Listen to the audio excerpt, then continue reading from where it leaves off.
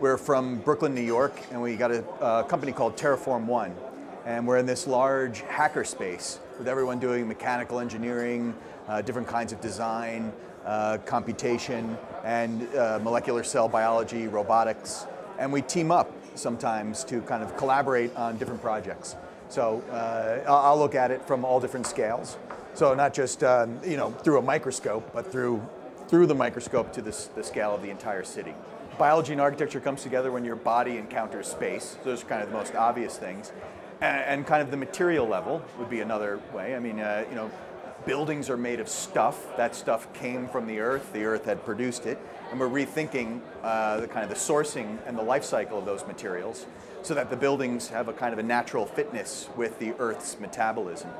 When we get more direct about biology and architecture, I mean, you think of terms like organic architecture. What does that mean? And you picture Frank Lloyd Wright in some cape, because he was an architect that wore a cape, and he would say, my building is connected to nature, but it was made of concrete, glass, steel, plastics. That to me isn't really a biological architecture. So we decide to get closer to biologists. So we're thinking, why not grow a chair? Can you grow a chair? Yes, you can. So what can you make it out of? How long does it take, and what's its biological purpose?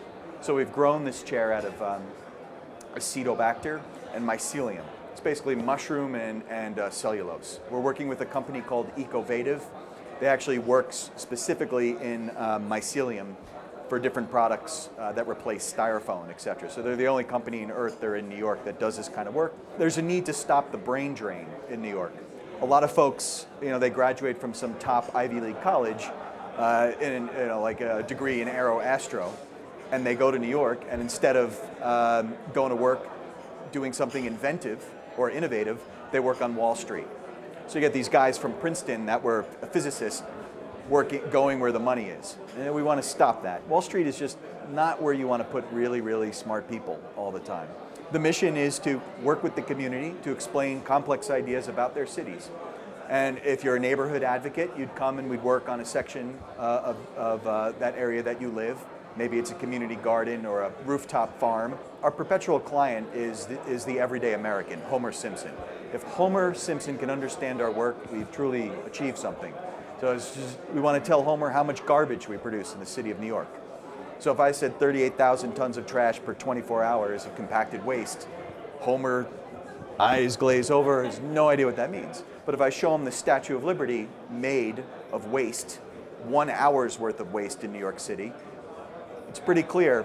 The other big goal for Terreform One is we've been running a school for some time called One Lab. And we're moving into a space in the Brooklyn Navy Yard. We got a $50 million plus grant from Governor Cuomo and Mayor Bloomberg to take over a building that used to make battleship turbines. And it's this massive hall, 330,000 square feet. And we're putting in the same hacker group that's already in Brooklyn. We're putting them in a larger space with more equipment, lecture halls, exhibition space, shared zones and private zones for working. So we want to ramp it up to a kind of a school/work professional environment. Much like what MIT Media Lab was doing, but going back to the roots of MIT's Media Lab, where people were hungry, really wanted to push ideas, and wanted to be blurry between what you do in academia and what you do in professional workplace.